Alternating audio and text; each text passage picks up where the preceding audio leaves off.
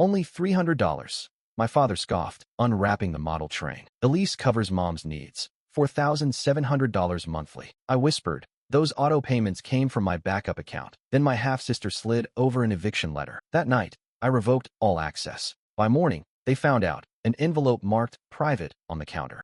My name is Wade. I'm 31 years old, and I live in Joliet, Illinois, just outside of Chicago. I work as an electrical engineer, and I've been in the same house for nearly 8 years now. Or, I guess I should say, I was living there. The house where everything fell apart on my birthday. No less. I thought the model train was a thoughtful gift. It wasn't just a toy. It was a replica of the same kind my dad and I used to build when I was a kid. He used to work as a railroad foreman before he retired into a recliner and Fox News. I had it custom made, spent $300, which isn't nothing when you're single and carrying half a mortgage. I wrapped it myself, even printed a little card with the model number like he used to show me when I was small. I really thought it might mean something. Only $300, he said, squinting at the price tag I'd forgotten to peel off the bottom. He laughed, not the warm kind, more like a snort. Hell, Wade, I used to make that in a day back when money was worth something. I sat there, the paper from the gift still clinging to my lap, not knowing what to say. My stepmother, Carol, didn't even look up. She just took a long sip of her red wine and stared off toward the fake fireplace, like she hadn't just witnessed that. That's always been her role.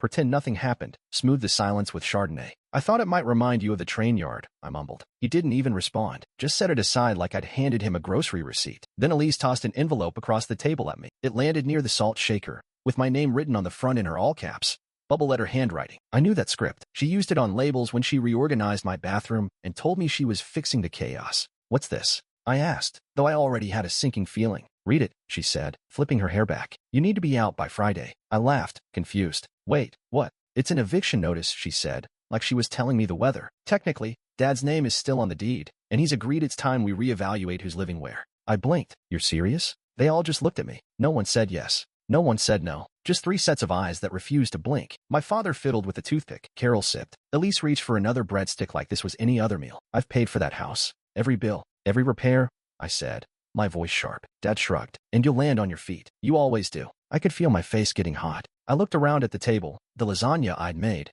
the handmade gift, the cake I bought myself. I'd planned this dinner thinking maybe things were finally better, that maybe we were finally okay. But now I realized what it really was. A setup, an ambush. I bought the roof you live under, I whispered, and you're throwing me out of it. Carol opened her mouth like she might say something, then just shook her head like this was somehow my drama to contain. Happy birthday, Elise said, smiling without her eyes. That night, I packed a duffel bag and left the house. I slept in the back seat of my car in the parking lot behind my office, staring at the ceiling, wondering how I got here. 8 years of mortgage payments, utilities, grocery bills, all under my name. And in one dinner, they pulled the rug out from under me like I was just some squatter overstaying his welcome. I'd always known they didn't see me as family, but I didn't realize they had plans for what to do with me once I stopped being useful. I laid there for hours, watching the sunrise through a fogged-up windshield. Cold, angry, humiliated. That was the night I decided, I'm done. Done being their silent provider. Done being the one who makes everything work while they smile and play pretend. They wanted to cut me loose? Fine. But they weren't going to like what came next.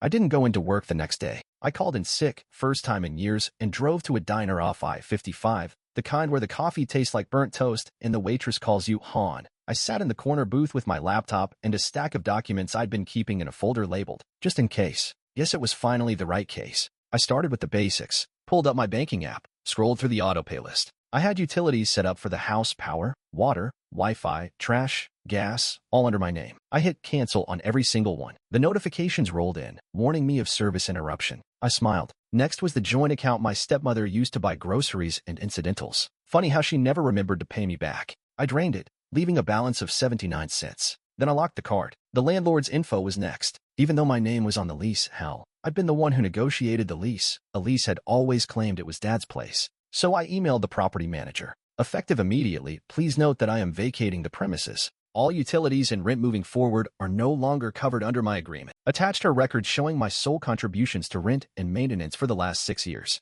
I will not be responsible for any charges incurred after today. I attached spreadsheets, bank statements, photos of receipts. Everything was documented, meticulously. Then I did the part that stung the most for them, anyway. I wrote a letter, for short paragraphs, printed on thick linen paper, folded into a black envelope and sealed with a wax stamp. I left it on the kitchen counter around midnight, letting myself in with the spare key Elise always forgot to move. The envelope was marked, in bold black letters, private. Inside was everything: copies of utility bills, lease agreements, receipts for every major repair, HVAC system, plumbing, garage door, even the new fridge Carol bragged about to her book club. My name was on all of it. And at the end, one line written in pen. You built a house on my silence. Now you live in the wreckage. I placed the envelope neatly under the fruit bowl. Then I walked out, leaving the door unlocked behind me. Let them feel as exposed as I did. By morning, my phone was a war zone. Missed calls, voicemails, texts, first from Elise. Elise, why is the power out? Elise, did you change the Wi-Fi password? Elise, wait, seriously, what the hell is going on? Then Carol chimed in. Carol,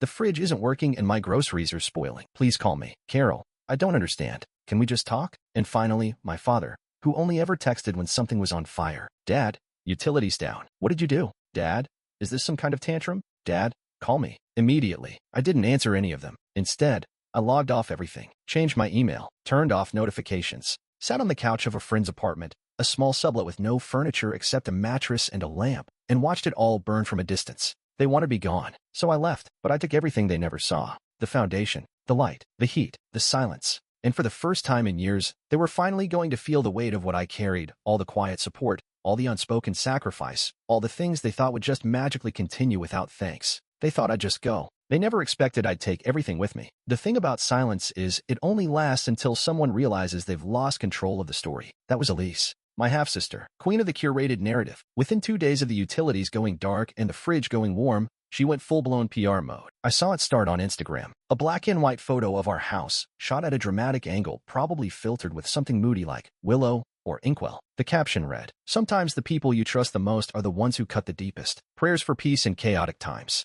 Comments poured in from her friends, people I barely knew, people I hadn't seen since high school. "You don't deserve this. I'm so sorry, babe. Stay strong. He's always been off." I felt my stomach tighten, not out of guilt.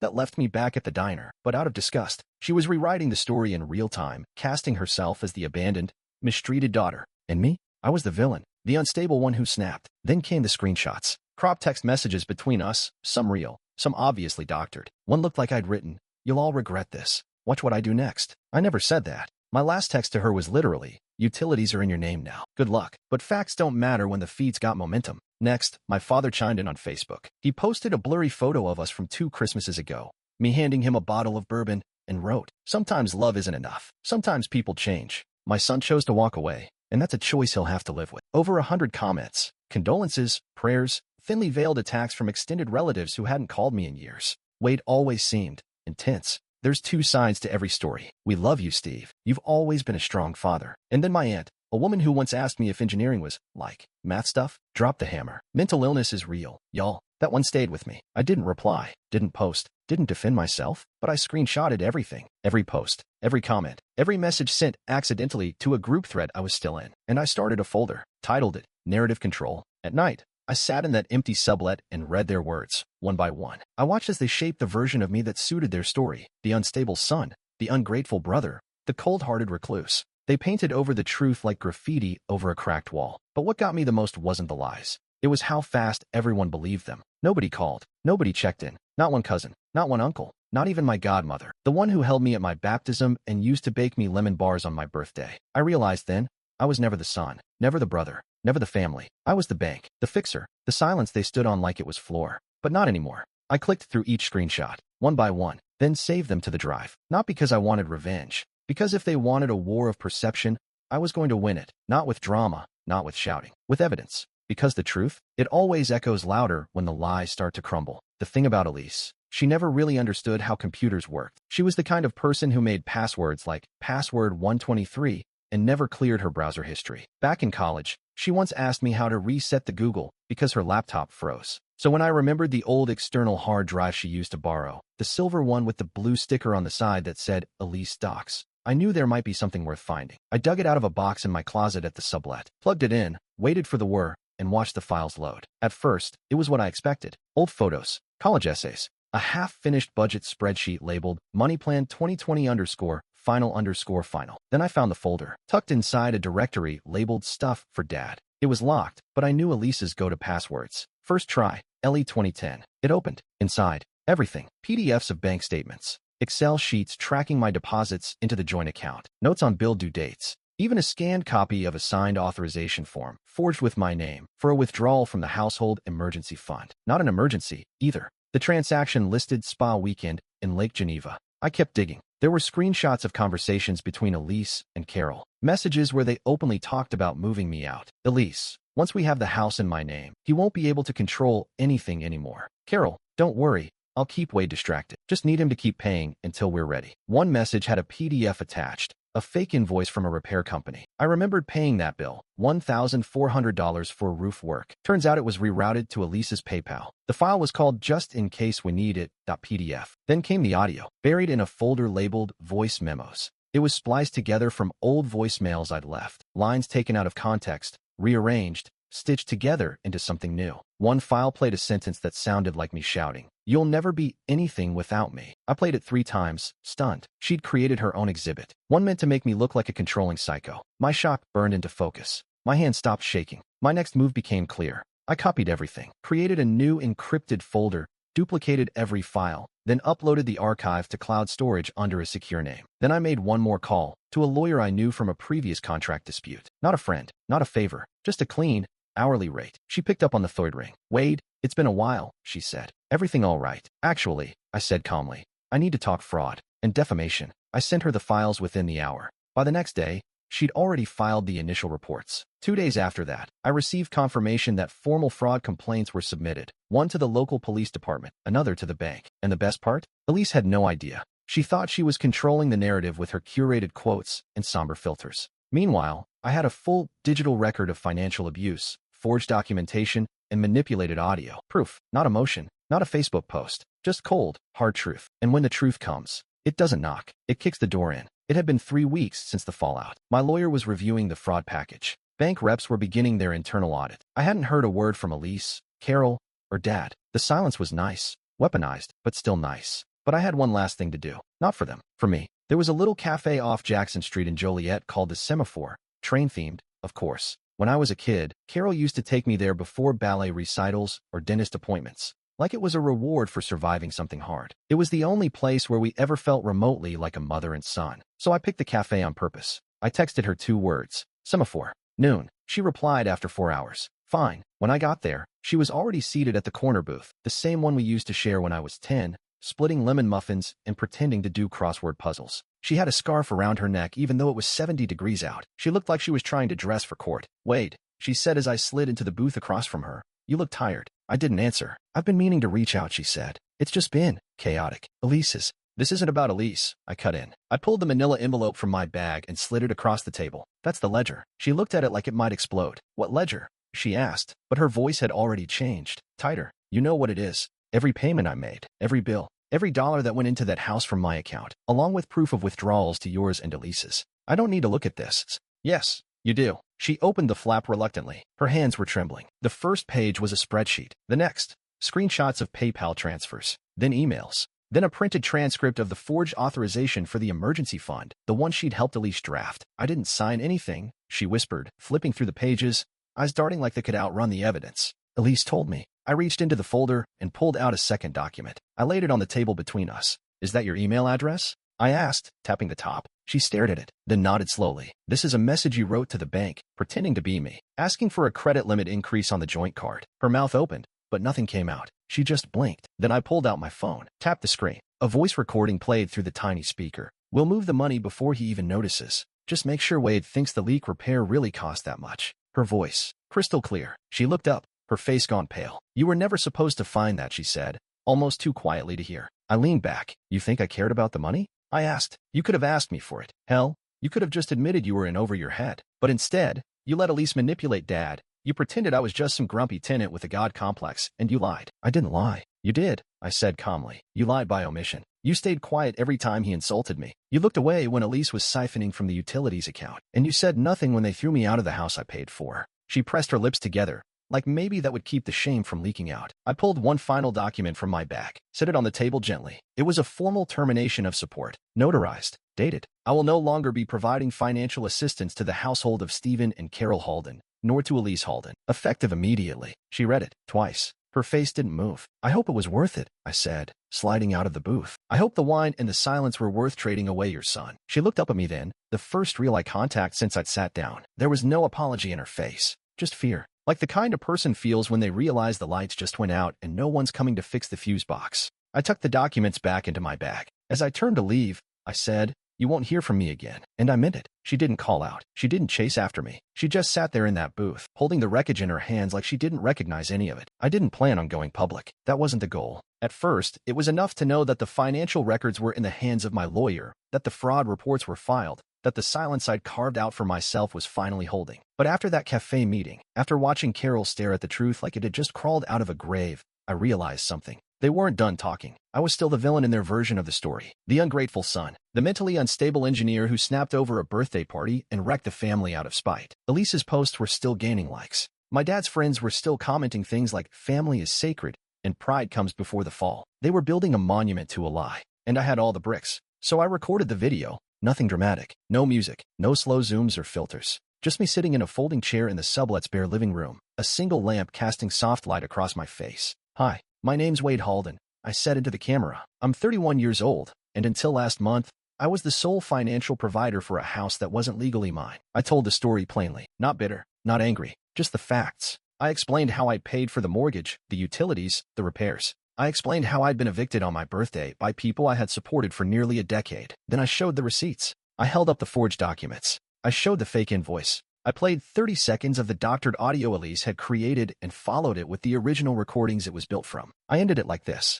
They told me I didn't belong in my own home, so I left. But now, I get to decide what my story is. And if you've ever been made to feel like silence is the only way to stay included, I'm here to tell you, you can walk out. You're allowed to burn the script. I uploaded the video to YouTube. No fancy title, just the truth about my family. And then I logged out. That night, I turned off my phone, made a sandwich, sat on the floor, slept better than I had in weeks. When I woke up the next morning, the video had 20,000 views. By noon, it had 100,000. By midnight, 500,000. My inbox was flooded. Messages from strangers, therapists, former teachers, even lawyers. People telling me they'd been through the same thing, that they'd been the quiet one, the caretaker, the invisible backbone, that watching the video felt like someone had finally said what they'd never been able to say out loud. One message just read, "Not a villain, not a victim, just unavailable." I printed that one, framed it. A few podcast producers reached out, so did a few journalists. I said no to most of them. I wasn't trying to be famous. I just wanted the truth to belong to everyone, not just the people who screamed the loudest. The last time I checked, ELISE's post had vanished. Her account was private. Carol had gone silent. My father's cryptic little martyr quote stopped showing up in mutual feeds.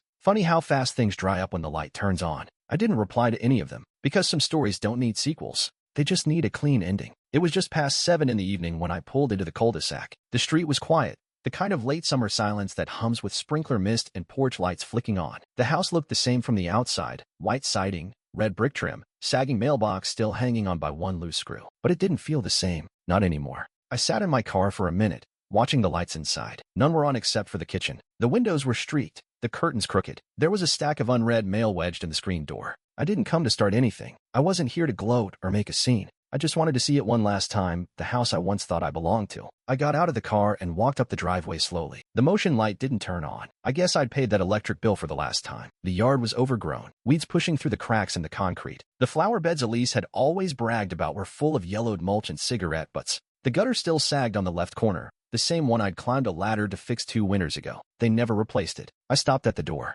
reached into my pocket and pulled out a white envelope, this one notarized. Inside was the final termination of support notice. The official one. The copy I had sent to their lawyer weeks earlier, but this one had something extra. I'd handwritten a single line across the top. "Live with the noise." I slid the envelope through the crack in the door, letting it fall flat against the tile. I didn't knock, didn't wait, didn't care if anyone was home. I stepped back and took one last look at the house. This empty shell of a home I'd spent years pouring myself into. And I realized something. It looked hollow now. Not abandoned, just stripped. Like the pretense had rotted from the inside, and only the structure remained. I didn't feel sad. I didn't feel angry. I just felt done. By the time I got back to the apartment, there was a small package waiting at my door. No return address. Just a padded envelope, postmarked from Ohio. Inside was a small black picture frame. The quote inside read, "Not a villain, not a victim, just unavailable." I sat down on the couch, holding it in my lap. Someone out there had heard me. Someone had listened. I placed the frame on the windowsill next to the single plant I'd managed to keep alive all year. Then I opened my contacts.